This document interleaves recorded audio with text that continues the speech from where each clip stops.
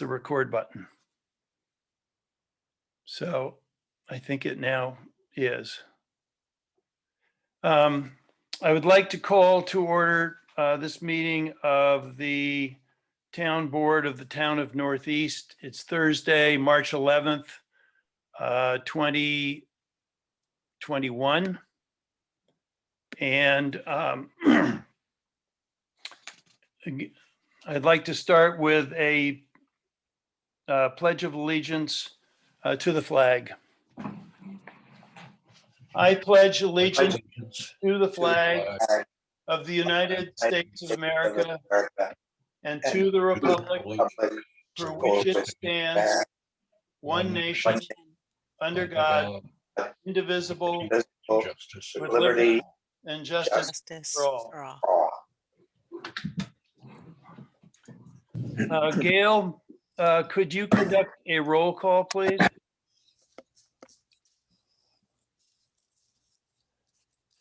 I think you're going to have to unmute. There we are. Yeah, okay. Supervisor Cannon, Present. Councilman Fideli, Present. Councilman Kay, Present. Councilman Midwood, Present. Councilwoman Morrison. Present. Okay, all present. We have quorum. Thank you. First of all, I just would like to note that I'm not going to ask for, well, no, I am going to ask for an acceptance of the agenda. I would like to ask for a motion to accept the agenda as written, while making just a note that I completely screwed up the numbering of the items on the agenda. You'll see 2 5s, no 7, no 8, but understand that one follows the other. So could I have a motion to accept the agenda? So move. Was that George? Yes. Yep. And second, Second. Lana? Yeah, all in favor? Aye. Aye. Okay. Thank you. I've got a number of comments that I'd like to make. First of all, I would like to ask for a moment of silence to reflect the passing of Phil Turney. I can't imagine that anybody did not know Phil Turney, and he was a larger than life presence in this community, and he gave a lot of himself to us, and there will be many testimonials to him. There were a number at the funeral yesterday, but I know that the town board joins me in expressing our condolences to his family, and I'd like to ask for a moment of silence.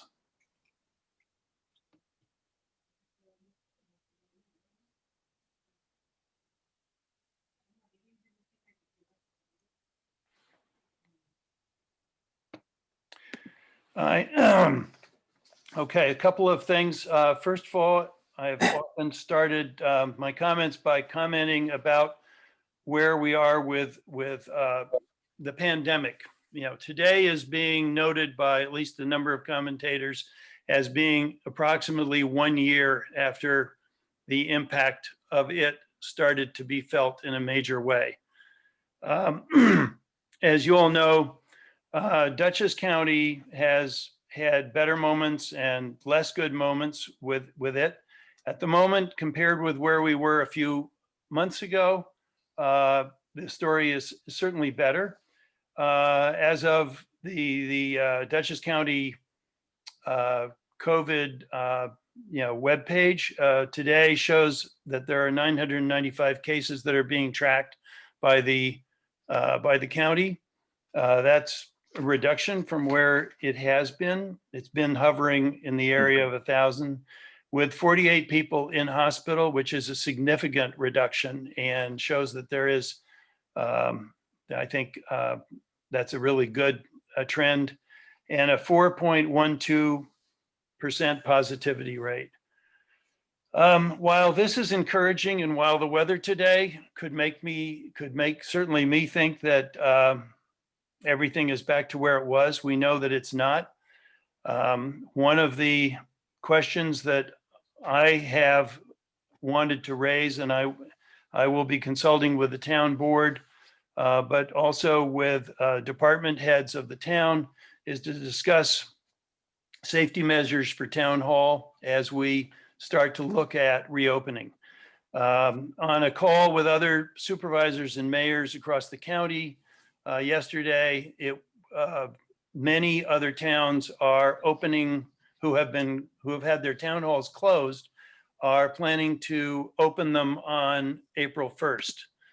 I'm not sure we're there. Our town hall has some unique aspects to it, which makes it much more, it's smaller, makes it much more difficult to do that. But we will be looking at to see how we can safely reopen our town hall and welcome the community into our town hall as needed. I think we are likely to have our town board meeting in April still on Zoom until we have a safe way of convening numbers of people together. It has worked. I did mention in a email that I sent out that I was hoping to put together a group of people to reach out to, particularly to seniors who might not have internet access and who would like to be on, who are eligible to receive a vaccine and who don't know how to get on a list. The town of Stanford actually was ahead of us in this regard and called many of their seniors, but the phone numbers that they received from the Board of Elections were basically useless.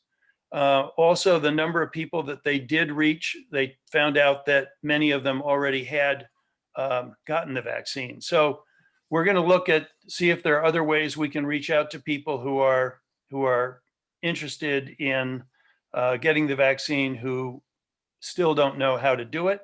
I am aware that the president is speaking tonight about it and is going to state an objective that all adults will be eligible to receive a vaccination as of May 1. So things are moving really, really fast in this regard. And we will do our best to get the word out as to how people can access vaccines. Earth Day will be on April 24th. There is a lot that our Conservation Advisory Committee and our Climate Smart Committee task force have been working to prepare for it. I think it's going to be a significant and festive day in the town. Jennifer Dowley, who's going to be speaking in a few minutes, is very much involved in coordinating it and may be able to say a word or two about that. The Climate Smart group will be setting up a website for its activity. There will be a Climate Smart Communities, a Northeast Millerton Climate Smart Communities website. And we look forward to having a link to that from the town's website. Regarding the rail trail, as I think you all know, one of the issues that has resulted from the completion of the rail trail going north is the need for parking. It's a real problem, and it's going to be a real problem as the weather gets better for people who either live north of the village or who want to access the rail trail and are trying to access it north of the village.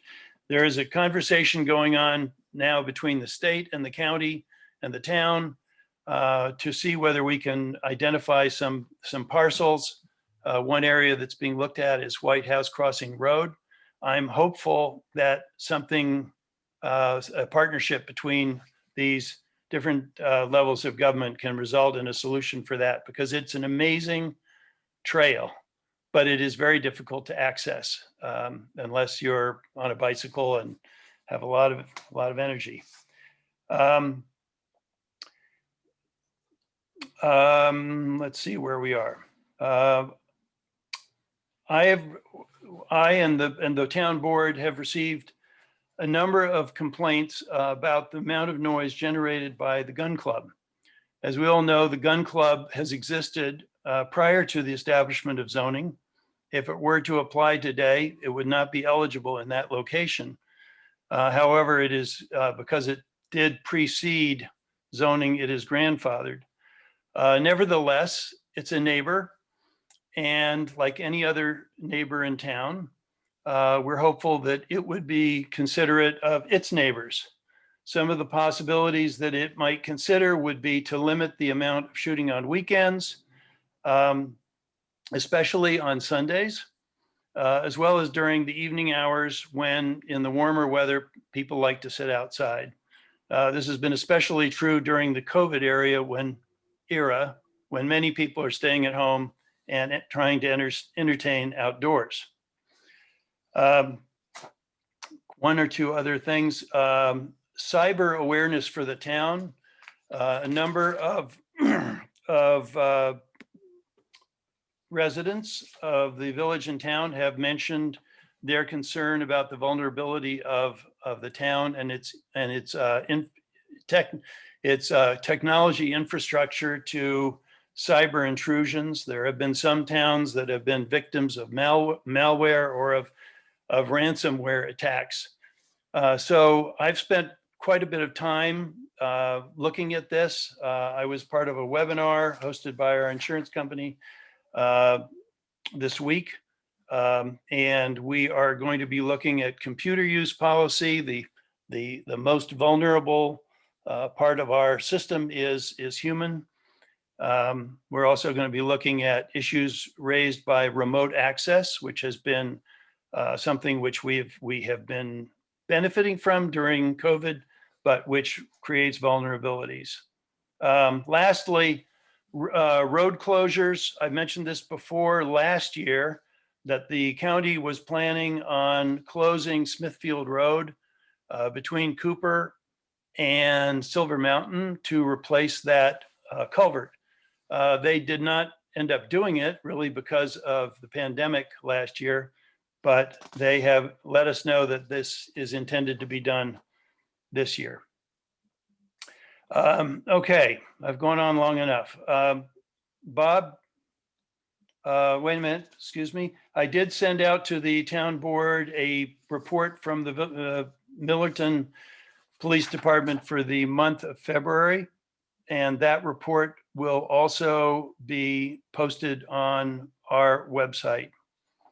Bob, a highway report. I think you might want to bring us up to date on the status of our equipment. I sure do. We are currently having issues with 3 of the large plow trucks. The 2005 International has a bad fuel injector. We hope to have it back in service early next week. The 2006 International had a high pressure engine oil line fail, which caused the oil pressure to drop to 0. After the high pressure oil line was replaced, the engine would turn over but would not start.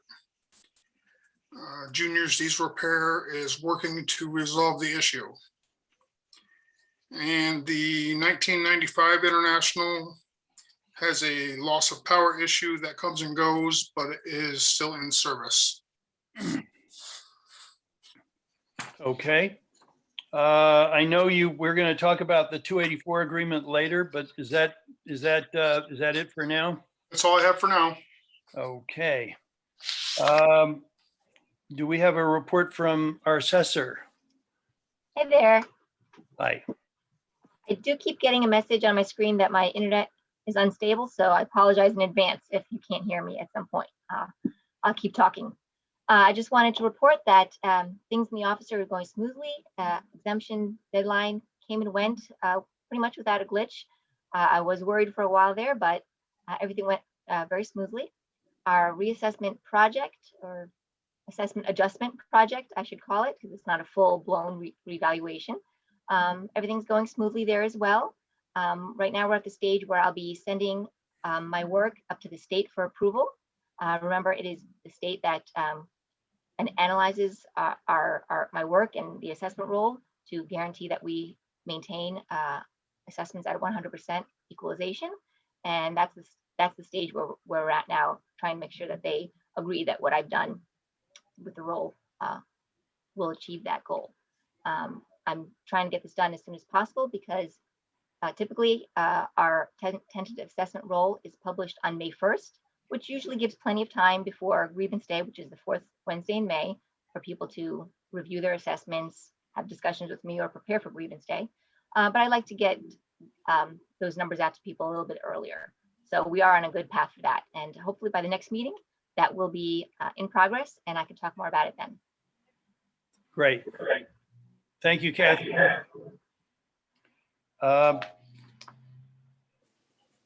The planning, zoning, and building department reports were sent to the board by the town clerk.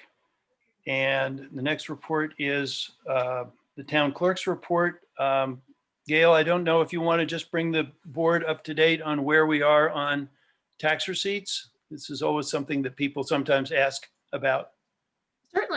Certainly. This year, the warrant totaled $5,023,032.47.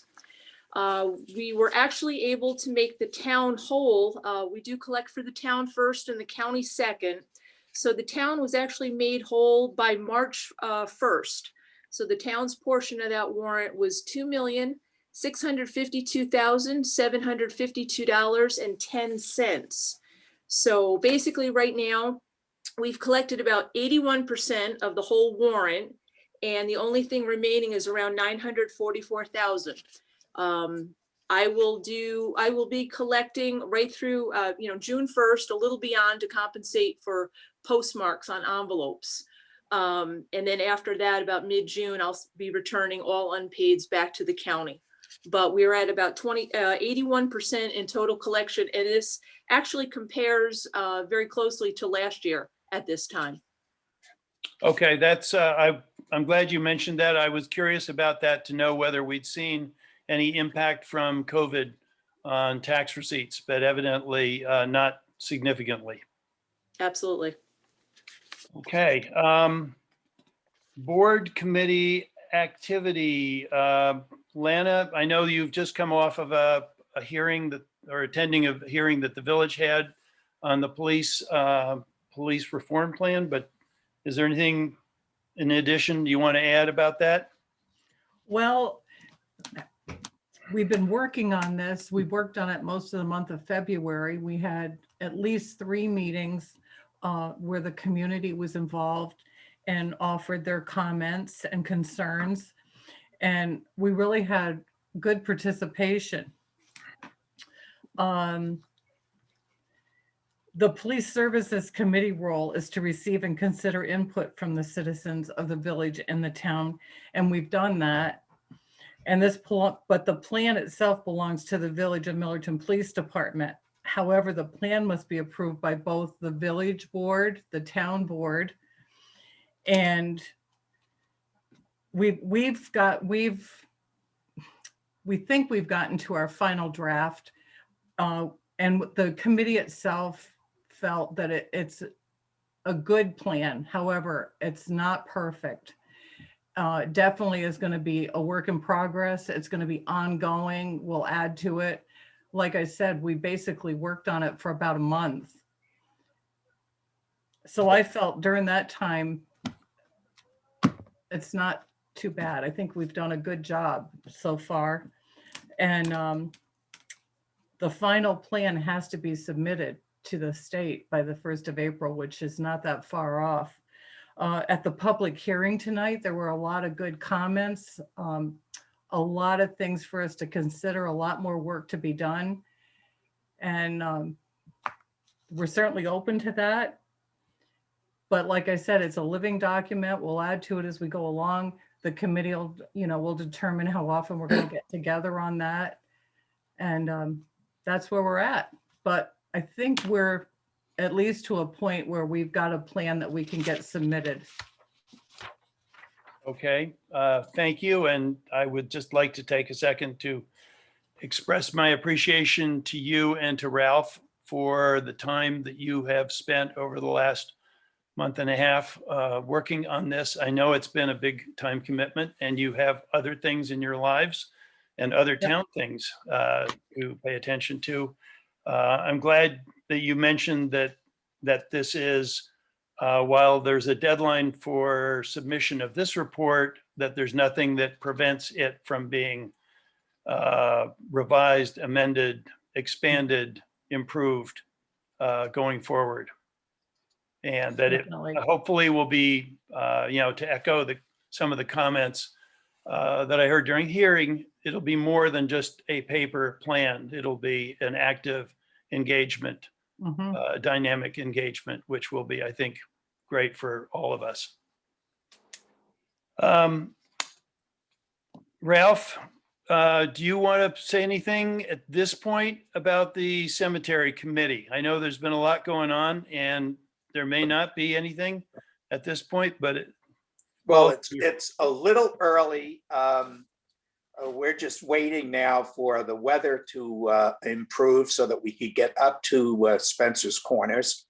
I've spoken to Jim Campbell, and we'll probably go up there toward the end of this month and meet with a restorer, cemetery restorer. This is a pro bono 1 hour meeting that we're going to have. And the result, I hope, will be an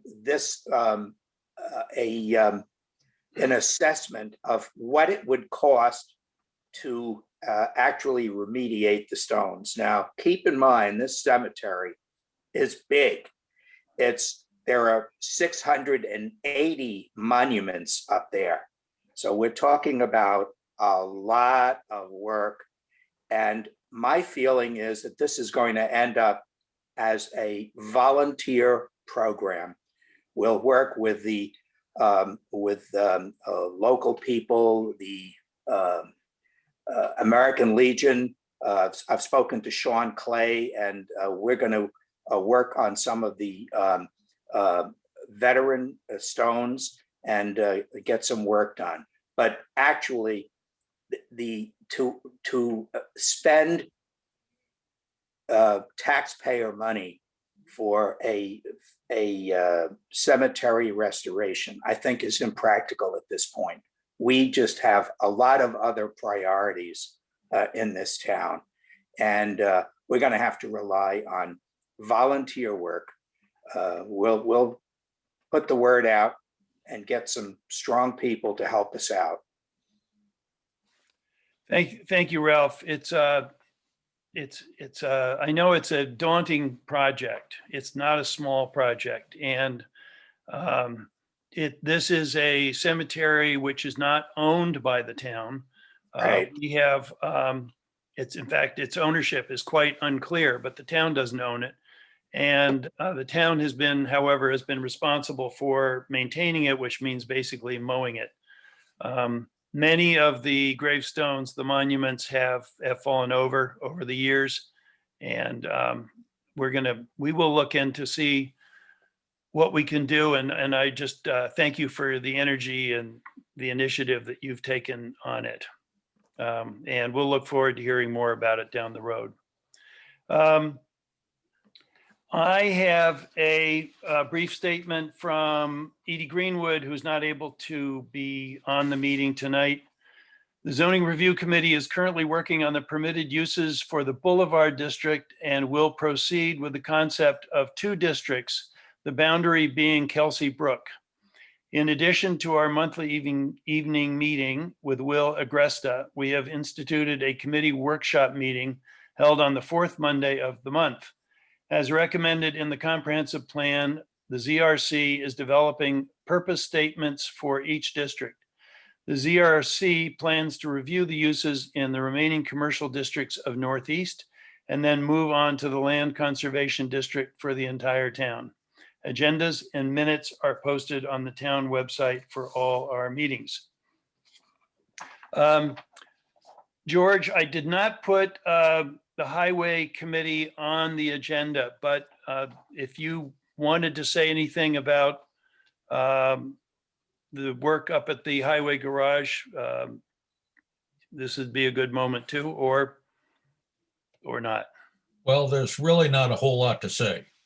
We're still waiting for the RFP for the highway garage.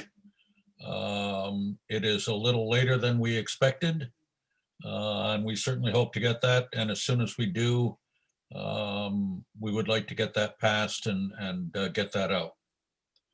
Right. And that's about it.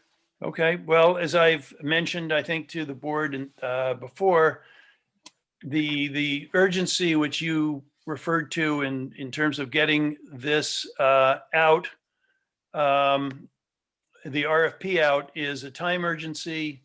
And therefore, if the RFP is prepared in the next couple of weeks, I'm going to want to call a special board meeting to review it and approve it, because it is important that we get going on this.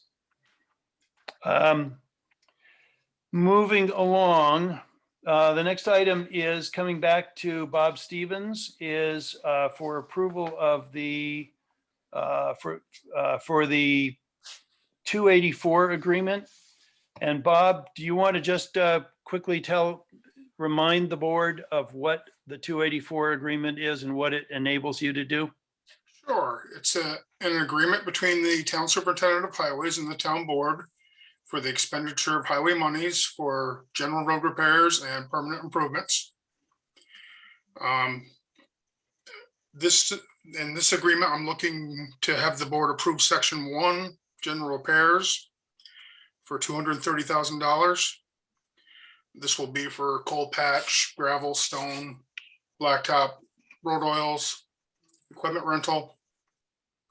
And later on, once we hear what we're going to get for CHIPS money from the state, I'll be back to have section 2 approved. Okay. Are there any questions for Bob at this point? If not, I would like to ask for a motion to approve the 284 agreement. I'll move. I think motion by John, seconded by Ralph. We'll come back to you, Lana. I'll be here. All in favor? Aye. Aye. Okay, I'd like to remind the town board members that they need to sign the 284 agreement. The 284 agreement will be, in fact, is lying on the boardroom table along with the where the abstracts are for your signature. So if you have an opportunity tomorrow to stop by and sign that, that would be great. The next item, our insurance is up for renewal. And as the board will recall, we shifted insurance companies. We are now with Nymer. And we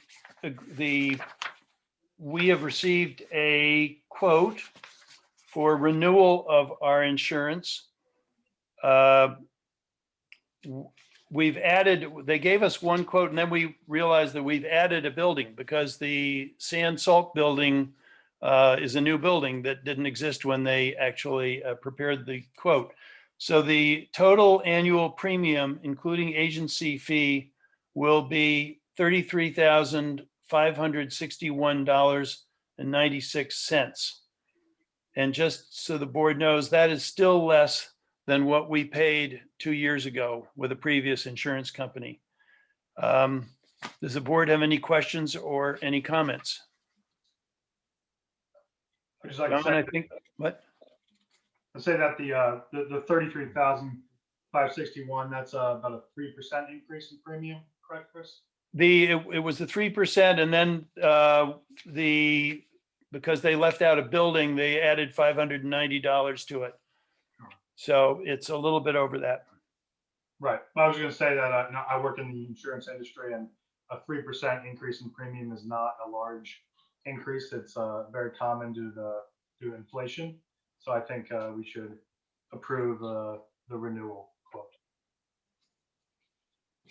Would you like to make that motion? Make the motion. Do I hear a second or any other comments? Second. Lana, Second. all in favor of my signing the renewal for the Nymer Insurance premium of $33,561.96. Aye. Aye. Okay, Aye. thank you. The next item on here is the discussion, hopefully approval of a unified solar permit. And Jennifer Dowley, if you are still, there you are. If you want to unmute yourself and just maybe take a minute or two to explain to the board what a unified solar permit is and why it's important. Sure.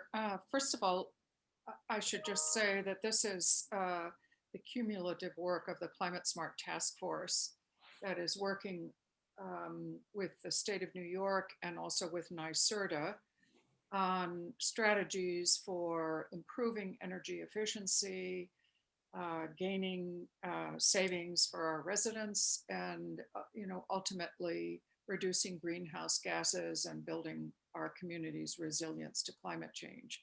So these two state agencies are, they're not working with us. Of course they are, but we are working with them to learn, gain, and gain traction with them, because as we proceed to do various actions, we will build our points, our credibility, and be able to apply for funding for sources, projects that we want to engage in. So the Unified Solar Permit is a NYSERDA program. And apparently it was developed when towns did not have solar regulations. Now, Northeast is ahead of the game in that regard. It does have a solar law. But what this Unified Solar Permit does is make explicit the kinds of things that the residential customers or residents who want to install solar on their roofs, on their housetops. This has nothing to do with ground-mounted solar at all, which our law states goes in another direction. So what this does, this permit does, is make explicit all of the code requirements that the solar contractors have to abide by. Right now, without this solar permit, they all exist in the code, but they're not evident, they're not explicit, they're not transparent. So that a resident wanting to go forward with this might engage a solar contractor who is not particularly up to speed, and so may not know all of the codes that need to be addressed, and which puts more of a load on Mike and Ken in the building department, and also on the customer. So what this permit does, it's all out there, it's all straightforward. It will provide a lot of benefit to the town in a number of ways. First of all, Ken and Mike will be, they can just say, have you done all of this? It's right here. You don't have to research the code, it's right here. For the customer, for the resident who is engaging a solar contractor, it means that they will be less liable to work with a fly-by-night contractor. That the contractor is given this solar permit, and this is what they have to do in order to make an effective and appropriate installation. And finally, should the town adopt this, it does mean that we gain credit with NYSERDA and with the Department of Environmental Conservation, and gain points so that our town becomes eligible for greater funding down the line. Great. I know we've got Warren on in the meeting, and I understand from Warren that that we can adopt this unified solar permit, but that we may need to amend our solar law slightly going forward. Warren, do you want to just say a word about that? Yeah, because we don't have, we do have a solar provision in our code. And there's certain limitations on the use of the unified solar permit, which I feel should be incorporated into the town code. So I have no objection to going ahead and passing the resolution tonight with the knowledge that I have to make some tweaks to the town code, and by the next meeting, I'll have an amendment to the town code to formally provide for the incorporation of the unified solar permit into our permitting process. Okay. Warren, do we have to go through the whole process of adopting a new law? Do we have to hold a public hearing and so on? Yeah, we do, but it's not a whole new law. We would just amend the existing law. I would fit it in into a section of the law. So we would Okay. have to have a public hearing, and I'll prepare it, and then we would just amend the law in our code book. But I have no problem with going ahead with the resolution tonight. And I'm assuming Ken is familiar with the process, so he can start issuing these permits in appropriate cases. Okay. Thank you. Gail, would you like to read the resolution, please? Certainly. Whereas New York State Energy Research and Development Authority has developed a unified solar photovoltaic permitting process designed to streamline municipal permitting, which will reduce costs for solar projects and support the growth of clean energy jobs across the state. And whereas the town of Northeast adopted a law to regulate solar energy systems in 2018 that requires the issuance of a solar energy system building permit that will be in a quote, form approved by the town board, unquote. And whereas the town of Northeast desires to promote the streamlining of the application process for small scale photovoltaic system installations by adopting the New York State Unified Permit Application Form. And whereas the town of Northeast is participating in the unified permitting process, thereby increasing the town's eligibility for various incentives and grants through the New York State Energy Research and Development Authority. Now therefore be it resolved that the town of Northeast adopts the New York State Unified Solar Permit as attached hereto as Exhibit 1, and be it further resolved that this resolution shall take effect immediately, and the building inspector is hereby directed to use said New York State Unified Solar Permit application for the installation of small-scale photovoltaic systems. Okay, thank you. Are there any comments from the board? Any questions and if there are none, I would entertain a motion to pass this resolution. So moved. Thank you, Ralph. Second. Thank you, John. All in favor? Aye. Aye. Aye. This needs to be a roll call, I think. Oh. Is it? Yeah, I mean, the problem is that we should be doing road calls when we're voting by Zoom, so. Okay, well, we will. That way, you know how everybody voted.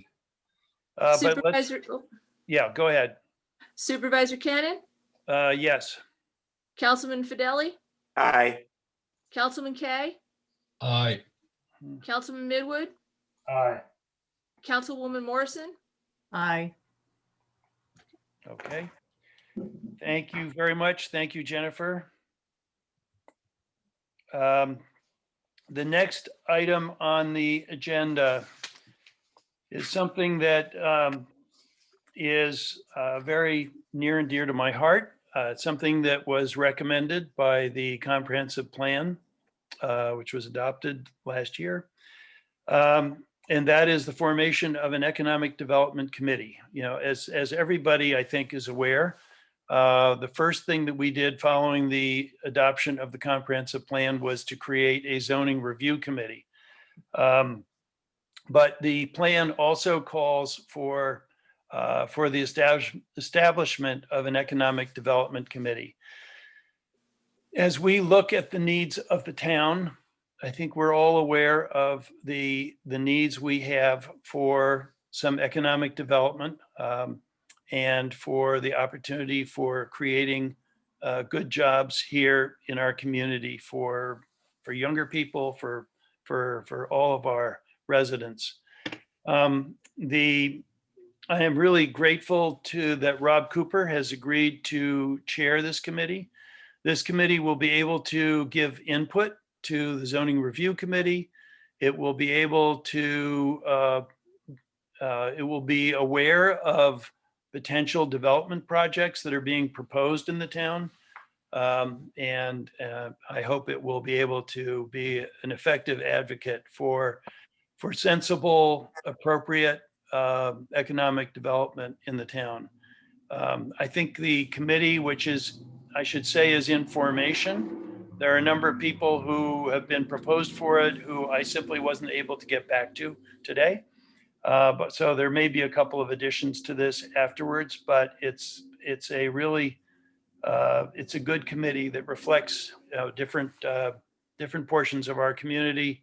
And I think it's going to be a great help to the town and to the zoning review committee going forward. So with that, Gail, could you read the resolution, please? Absolutely. Resolution creating the Town of Northeast Economic Development Advisory Committee. Whereas the Northeast Town Board wishes to engage appropriate economic development in the town, as well as new businesses which can help support the tax base of the town. And whereas the town board has determined that the encouragement of new businesses can provide economic opportunities to local residents. And whereas the town board has determined it is appropriate to create an economic development committee as an advisory committee to the town to explore opportunities for the encouragement of economic development and to provide input and advice to the town board concerning economic development opportunities and proposals. And whereas the town board has determined that the makeup of such committee should consist of Town of Northeast and Village of Millerton residents, so that appropriate scale development within the village is encouraged as well. And whereas the town board has determined that the committee should consist of town and village residents who have interest, knowledge, and expertise in economic development and are desirous of contributing their time supporting such economic development. And whereas the town board has determined that formation of this committee is a type 2 action under seeker, which does not require environmental review. Now therefore be it resolved as follows. 1, that the town board hereby creates the Town of Northeast Economic Development Advisory Committee. 2, that this committee shall act in an advisory capacity only. 3, that the committee shall undertake investigation and research of appropriate economic development opportunities in the town and the village to support the tax base of both municipalities and to encourage employment opportunities for local residents. 4, that the chairman of the committee shall be Robert Cooper. 5, that Chip Barrett, Stephen Levin, David Maltby, Lan Rubin, Joanne Scasso, John Scuteri, Betsy Trotta, and Jean Vineco are hereby appointed as members of the committee, with the town board reserving the right to appoint such additional members as it deems appropriate. 6, the committee shall periodically report back to the town board on its work and recommendations. 7, that the members of the committee shall serve at the pleasure of the town board and may be removed or replaced for misconduct, including, but not limited to, repeated failure to attend scheduled meetings of the committee. 8, that the meetings of the Economic Development Committee shall be at such time and place as scheduled by the chairperson, but the meeting shall be subject to the requirements of the open meeting law. Great. Thank you. Are there any comments by members of the town board?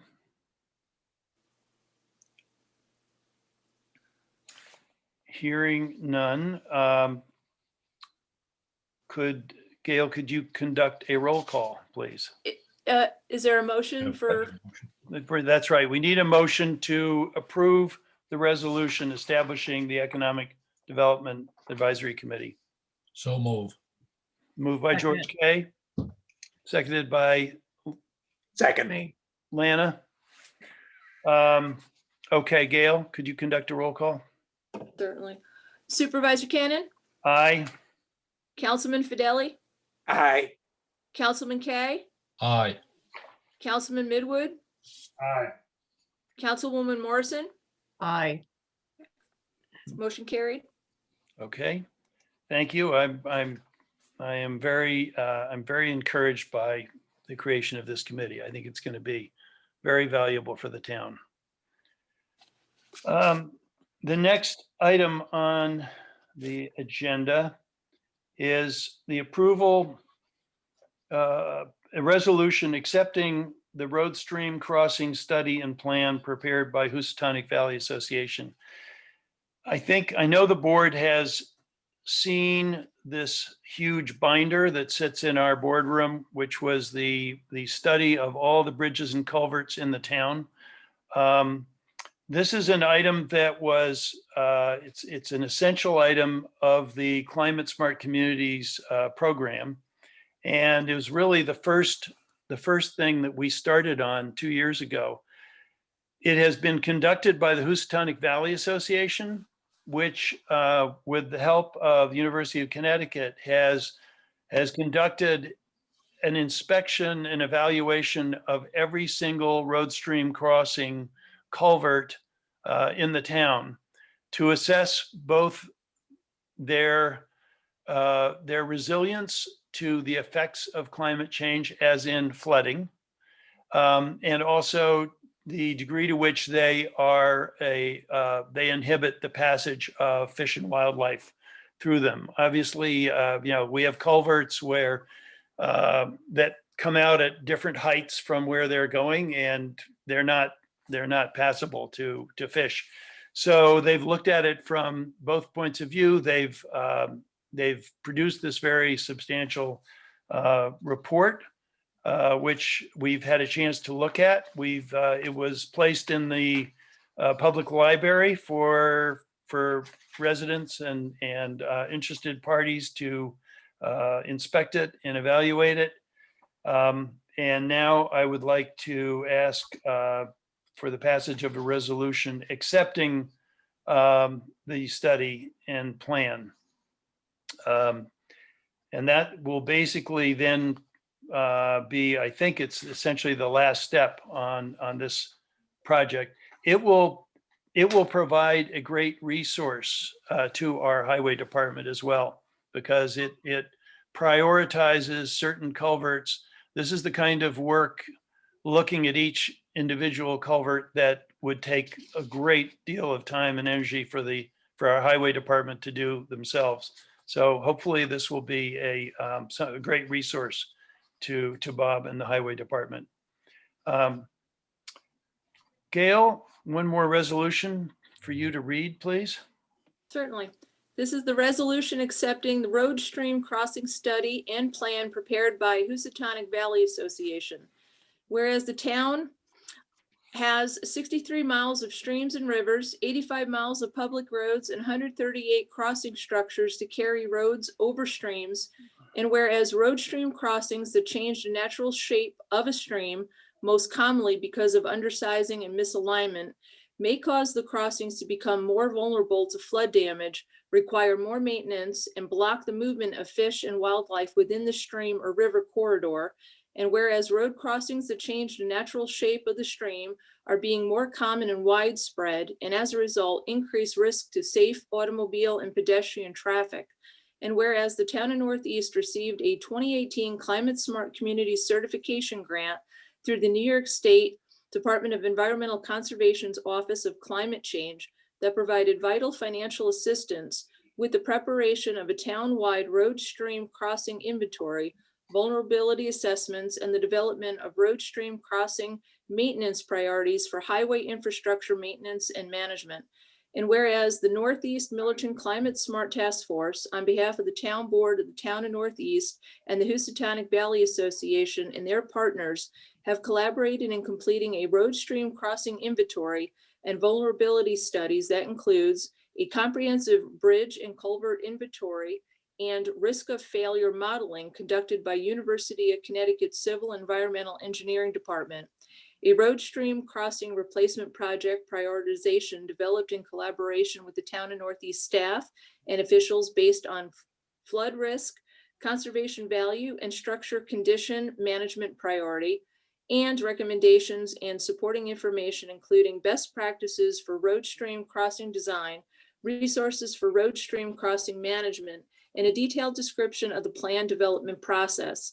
And whereas this resource will assist the Town of Northeast in planning and securing financial road stream crossing repair, replacement and maintenance work, as well as supporting grant applications, capital planning, and recovery operations in the wake of the large flooding events. And whereas this is a type 2 action under seeker and is not subject to environmental review.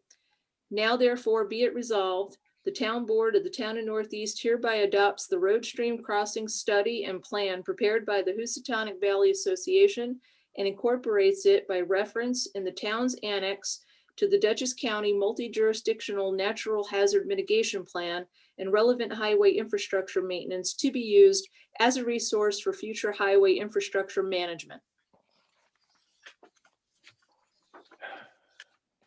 That's a lot. Are there any comments from the board? If not, I would entertain a motion to approve the resolution. So moved. Motion by John Midwood, Second, seconded by George Kay. Gail, can you conduct a roll call? Certainly. Supervisor Cannon, Aye. Councilman Fideli, Aye. Councilman Kay, aye. Councilman Midwood, Aye. Councilwoman Morrison. Aye. Motion carried.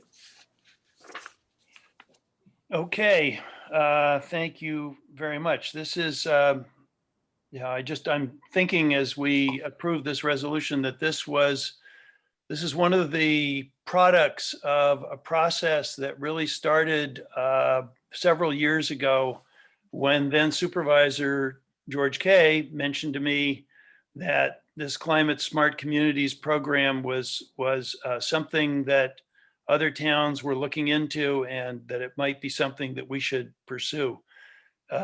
It's become a very big thing and there's a lot of activity going on in this area.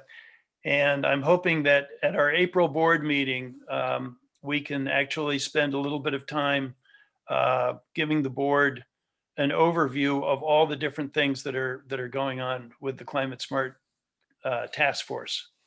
It'll be right before Earth Day, so it'll be a very appropriate time to do that. But and my other comment is, I think that for those of you who are watching this, you get a sense of the incredible number of different activities that are going on at the town level. Whether there's a lot of activity and it's in different areas and it's sometimes a lot to keep up with. But I feel good that we are engaging and moving forward and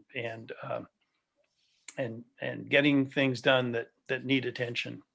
The next item on the agenda is the public comment period. I've moved it up on the agenda because after that we will go into the budget adjustments and so on. And at the end of the meeting, we will have an executive session to meet with the town's assessor concerning a potential litigation. So this is the public comment period, and any members of the public who have comments and who would like to make them, if you would let me know. Meg Winkler, you need to unmute yourself. Not quick enough. Okay, so it is exciting that we could be meeting in the future in person. I do hope that we can think of a hybrid method to still include a platform that could be viewed like Zoom for the public who can't make it for any reason to our meetings in person. I know that's a technical, maybe logistical thing, but I think there's something that maybe some of us in the community can work with some of you to also achieve. Because in some areas they have like they have cable TV, you know, for local, but we don't have that. So that was just because I think it is exciting that many people can join now, you know, not worrying about driving to the village. And then the second thing is with the passing of the American Rescue Plan, Antonio Delgado, our congressman for District 19, has on his website that it could be that the town of Northeast would be receiving up to close to $300,000. So I'll be really interested, and I think the community too, of what, if we do get this money and after paying for many, you know, normal services, what would we earmark this money for in our town for the future? So just two things on my agenda. Thank you. Thank you, Meg. Are there other members of the community who would like to speak? Yes, I'd be happy to mention. Can you hear me? Yes, Sam, speak up a little bit if you would. Sam Bussell, I think I know all of you. I just a quick update. Excuse me, Chris mentioned the Economic Development Committee and the necessity to address both development as well as jobs. And I just want to report that we have the Housing Committee that is operating with the Tri-Town Coalition. And we have been busy every month and trying to make the connections between the need for housing and the Zoning Review Committee and the change in zoning to support housing.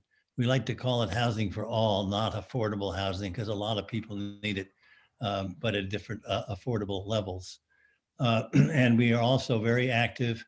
Amenia has just created a survey that you could go on ameniany.org and take it just to see what the questions are, because we are tempted to provide a similar survey here. And we're also getting very involved with community outreach to make the community more aware of really the importance of adequate housing for all, for everybody, people who are suffering now and people who want to move into the community, again, at any income level and can't afford a house or they don't exist.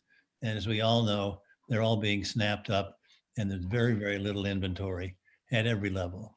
So we're happy to also sort of cooperate and collaborate with the adjoining towns to see how we can promote this together. If there are any questions, I'd be happy to answer them. Okay, thank you, Sam. You're welcome. Yep. Any other members of the public want to make a comment at this time? If not, the next item is the budget adjustment. I have a budget adjustment for B fund, an expense increase of $10,000 less an expense decrease of $10,000. Could I have a motion to approve the budget adjustment? So moved. Second. Second by John. Warren, is it your suggestion that we should have a roll call on everything? Can't hear you. What? Can't hear you. You're muted.